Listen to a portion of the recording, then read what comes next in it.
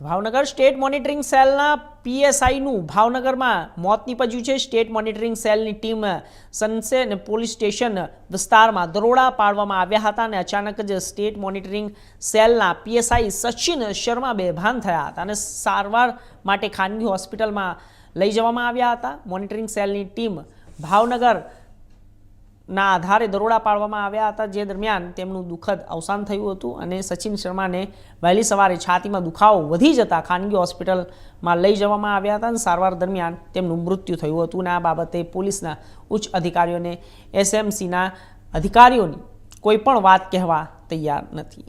સૂત્રો પાસેથી મળતી માહિતી અનુસાર છાતીમાં દુખાવો, હાર્ટ એટેક થતાં મોત નીપજ્યું હોવાનું સામે આવ્યું છે।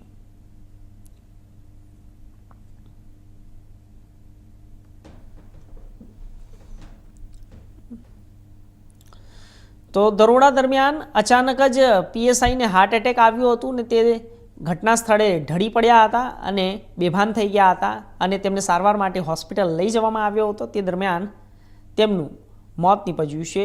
તે એક જગ્યાએ દરોડા પાડવા ગયા હતા અને દરોડા પાડતા અચાનક જ ઓન ડ્યુટી આ ઘટના બની હતી અને પોલીસ જ્યારે સમાજની અંદર એક લાગણીનો શોક વ્યક્ત કરવામાં આવ્યું છે।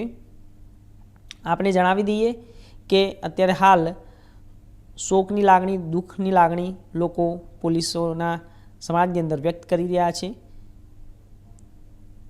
દુઃખદ ઘટના છે। દરોડા દરમિયાન એક પીએસઆઈનું ઘટના સ્થળે મોત થયું છે અને તેમને છાતીમાં દુખાવો શરૂ થતાં તેમને હોસ્પિટલ લઈ જવામાં આવ્યા હતા અને હોસ્પિટલ લઈ જવાતા દરમિયાન તે મૃત્યુ પામ્યા હતા।